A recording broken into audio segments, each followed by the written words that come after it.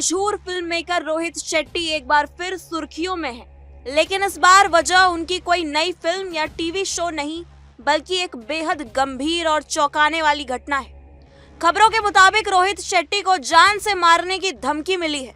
बताया जा रहा है कि ये धमकी एक ऑडियो क्लिप के जरिए दी गई, जिसमें कथित तौर पर लॉरेंस बिश्नोई गैंग का नाम सामने आया है। इस ऑडियो में 20 करोड़ रुपए की रंगदारी मांगी गई है और साथ ही ये चेतावनी भी दी गई है कि अगर मांग पूरी नहीं हुई तो अगली बार हमला सिर्फ डराने के लिए नहीं होगा। इस खबर ने न सिर्फ फिल्म इंडस्ट्री बल्कि पूरे देश में हलचल मचा दी है। ऐसे समय में जब पहले से ही कई बड़े सितारों को सुरक्षा दी जा रही है, तो रोहित शेट्टी का नाम भी अब उन लोगों की सूची में जुड़ता दिखाई दे रहा है, जिन्हें कथित तौर पर गैंगस्टर नेटवर्क से खतरा बताया जा रहा है। हालांकि इस पूरे मामले की जांच जारी है और अंतिम निष्कर्ष जांच एजेंसियों द्वारा ही सामने आएंगे। मीडिया रिपोर्ट्स के अनुसार रोहित शेट्टी की टीम को एक ऑडियो मैसेज भेजा गया, जिसमें बेहद धमकी भरे अंदाज में कहा गया कि 4 महीने पहले उनके जुहू स्थित घर के बाहर हुई फायरिंग केवल एक ट्रेलर थी और अगर इस बार उनकी मांगों को नजरअंदाज किया गया तो अगली बार गोलियां अपना निशाना नहीं चूकेंगी। इस कथित ऑडियो ने सुरक्षा एजेंसियों की चिंता काफी बढ़ा दी है। जैसे ही ये ऑडियो सामने आया, रोहित शेट्टी की टीम ने बिना देर किए पुलिस में औपचारिक आपराधिक शिकायत दर्ज कराई। इसके बाद मुंबई पुलिस, जुहू पुलिस और एंटी एक्सटॉर्शन विंग सक्रिय हो गए और पूरे मामले की जांच शुरू कर दी गई। जांच एजेंसियां ये पता लगाने में जुट गईं कि आखिर ये ऑडियो किसने रिकॉर्ड किया, किस माध्यम से भेजा गया और इसके पीछे असली साजिश क्या है। प्रारंभिक जांच में सामने आया कि वॉइस मैचिंग एनालिसिस के आधार पर इस ऑडियो को कथित तौर पर लॉरेंस बिश्नोई गैंग का करीबी सहयोगी बताया जा रहा है। जांचकर्ताओं का कहना है कि शुरुआती तकनीकी विश्लेषण में आवाज की समानता मिली है, लेकिन अंतिम पुष्टि विस्तृत फॉरेंसिक जांच के बाद ही की जा सकेगी। इसलिए इस मामले में अभी भी जांच पूरी होना बाकी है और सभी तथ्यों का सत्यापन होना आवश्यक है। पुलिस इस बात की भी जांच कर रही है कि क्या इस ऑडियो के पीछे कोई और व्यक्ति या नेटवर्क भी शामिल हो सकता है।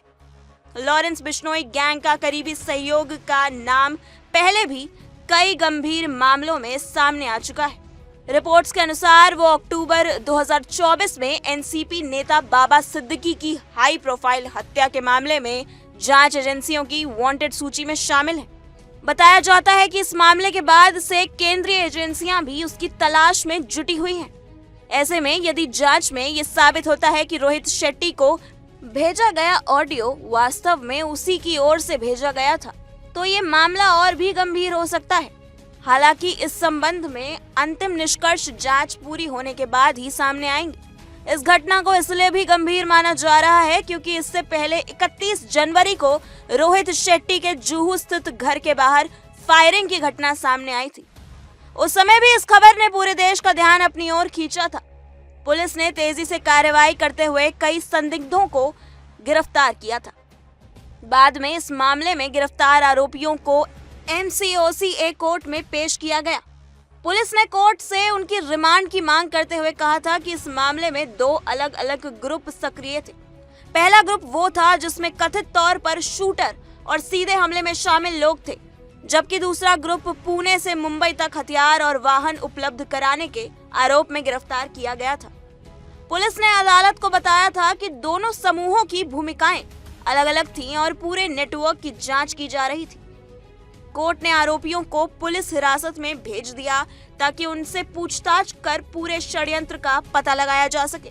अब जब कथित तौर पर फिर से धमकी मिली है, तो जांच एजेंसियां ये भी पता लगाने की कोशिश कर रही हैं कि क्या ये नया ऑडियो पहले हुई फायरिंग से जुड़ा हुआ है या फिर ये एक अलग प्रयास है। पुलिस तकनीकी साक्ष्यों, मोबाइल रिकॉर्ड, डिजिटल ट्रेल और अन्य इलेक्ट्रॉनिक सबूतों की जांच कर रही है। साथ ही सुरक्षा व्यवस्था को भी और मजबूत किया जा रहा है ताकि किसी भी संभावित खतरे को समय रहते रोका जा सके। ऐसे मामलों में पुलिस आमतौर पर हर पहलू की गहराई से जांच करती है और बिना पर्याप्त सबूत के किसी निष्कर्ष पर नहीं पहुंचती। पिछले कुछ वर्षों में फिल्म इंडस्ट्री से जुड़े कई बड़े नामों को भी धमकियां मिलने की खबरें सामने आती रही हैं। ऐसी घटनाओं के बाद सुरक्षा एजेंसियां सतर्क हो जाती हैं और संबंधित व्यक्तियों की सुरक्षा का स्तर बढ़ा दिया जाता है। इस तरह की धमकियां केवल किसी एक व्यक्ति तक सीमित नहीं रहती, बल्कि पूरी इंडस्ट्री में चिंता का माहौल पैदा कर देती हैं। निर्माता, अभिनेता और अन्य कलाकार अपने काम के साथ साथ अपनी सुरक्षा को लेकर भी सतर्क हो जाते हैं। यही वजह है कि इस मामले को भी बेहद गंभीरता से लिया जा रहा है। रोहित शेट्टी की बात करें तो वो बॉलीवुड के सबसे सफल निर्देशकों में गिने जाते हैं। उन्होंने एक्शन और कॉमेडी फिल्मों की ऐसी पहचान बनाई है जिसे दर्शकों ने हमेशा पसंद किया है। उनकी फिल्मों में बड़े बड़े स्टंट, कारों के जबरदस्त एक्शन सीक्वेंस और मनोरंजन का भरपूर मिश्रण देखने को मिलता है। उन्होंने कई सुपरहिट फिल्में दी और उनकी फिल्मों ने बॉक्स ऑफिस पर शानदार प्रदर्शन किया है। इसी वजह से उनका नाम हिंदी फिल्म इंडस्ट्री के सबसे बड़े निर्देशकों में लिया जाता है। वर्क फ्रंट की बात करें तो रोहित शेट्टी इन दिनों कई बड़े प्रोजेक्ट्स में व्यस्त हैं। खबरों के मुताबिक वो अजय देवगन के साथ फिल्म गोलमाल 5 की तैयारियों में जुटे हुए हैं। गोलमाल फ्रेंचाइजी पहले ही दर्शकों के बीच बेहद लोकप्रिय रही है और इसके अगले भाग का लंबे समय से इंतजार किए जा रहा है। इसके अलावा वो मुंबई पुलिस के पूर्व कमिश्नर राकेश मारिया के जीवन और करियर से प्रेरित एक नई एक्शन फिल्म पर भी काम कर रहे हैं, जिसमें जॉन अब्राहम मुख्य भूमिका निभाने वाले हैं। इसके साथ ही वो लोकप्रिय एडवेंचर रियलिटी शो खतरों के खिलाड़ी के नए सीजन की मेजबानी भी कर रहे हैं। यानी प्रोफेशनल फ्रंट पर रोहित शेट्टी का शेड्यूल काफी व्यस्त है। ऐसे समय में इस तरह की धमकी सामने आना निश्चित रूप से चिंता का विषय है। हालांकि अभी तक किसी भी जांच एजेंसी ने आधिकारिक रूप से ये नहीं कहा है कि मामले के सभी तथ्य पूरी तरह साबित हो चुके हैं। पुलिस अपनी जांच कर रही है और फॉरेंसिक विशेषज्ञ भी ऑडियो क्लिप का परीक्षण कर रहे हैं। इसलिए इस मामले में किसी भी तरह का अंतिम निष्कर्ष निकालने से पहले आधिकारिक जांच रिपोर्ट का इंतजार करना जरूरी होगा। इस पूरे घटनाक्रम के बाद फिल्म इंडस्ट्री के कई लोगों ने सुरक्षा व्यवस्था को और मजबूत किए जाने की आवश्यकता पर जोर दिया है। विशेषज्ञों का मानना है कि डिजिटल माध्यमों से मिलने वाली धमकियों को भी उतनी ही गंभीरता से लेना चाहिए जितनी किसी अन्य प्रत्यक्ष धमकी को दी जाती है।